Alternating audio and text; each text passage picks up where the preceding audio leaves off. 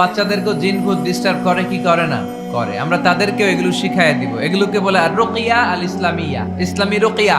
প্রত্যেক ফরজ সালাতের পরে আল্লাহ রাসূল সাল্লাল্লাহু আলাইহি ওয়াসাল্লাম আয়াতুল কুরসি পড়তেন। মান ক্বারাআ আয়াতাল কুরসি দুবুরা কুল্লি সালাতিন মাকতুবাতিন লাম ইয়ামনাহু মিন দুখুলিল জান্নাতি ইল্লাল মাউত। প্রত্যেক ফরজ সালাতের পরে যে ব্যক্তি আয়াতুল কুরসি পড়ে তার জান্নাতে যাওয়ার ক্ষেত্রে আর কোনো বাধা থাকে না, একটা জিনিস ছাড়া, সেটা হচ্ছে মরণ।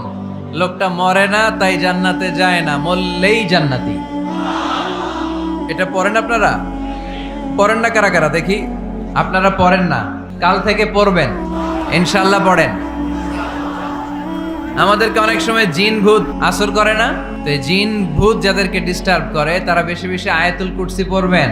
আল্লাহ রাসূল সাল্লাল্লাহু আলাইহি ওয়াসাল্লাম বলেছেন সূরাতুল ইখলাস, সূরাতুল ফালাক, সূরাতুন নাস, এই তিনটা পড়ে ফিস সাবাহি ওয়াল মাসা, সকাল সন্ধ্যা, ওয়া ইনদামা ইয়াযহাব ইলা ফিরাশি, আর যখন বিছানায় তিনি ঘুমাতে যেতেন এই তিন কুল পড়ে আল্লাহ রাসূল সাল্লাল্লাহু আলাইহি ওয়াসাল্লাম হাতে ফু দিতেন। আর ওই ফু দেয়া হাতটা মাথা থেকে মুছতে মুছতে পা পর্যন্ত মুছতেন। It's a protection from your lord. এটা আমাদের রবের পক্ষ থেকে একটা প্রোটেকশন। সুবহানাল্লাহ পড়েন।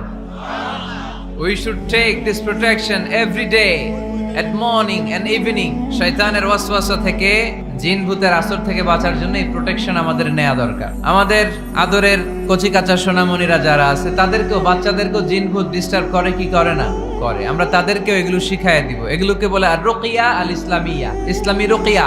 এই ঝাড়ফুঁক করা সুন্নাহ। আল্লাহ রাসূল সাল্লাল্লাহু আলাইহি ওয়াসাল্লাম নিজেও ঝাড়ফুঁক করতেন। একবার সেজদারত অবস্থায় আল্লাহ রাসূল সাল্লাল্লাহু আলাইহি ওয়াসাল্লামের হাতে একটা বিচ্ছু পোকা কামড় দিল। তিনি খুব ব্যথা পেলেন। আম্মা জান আয়েশাকে বললেন লবণের পানি গরম দাও।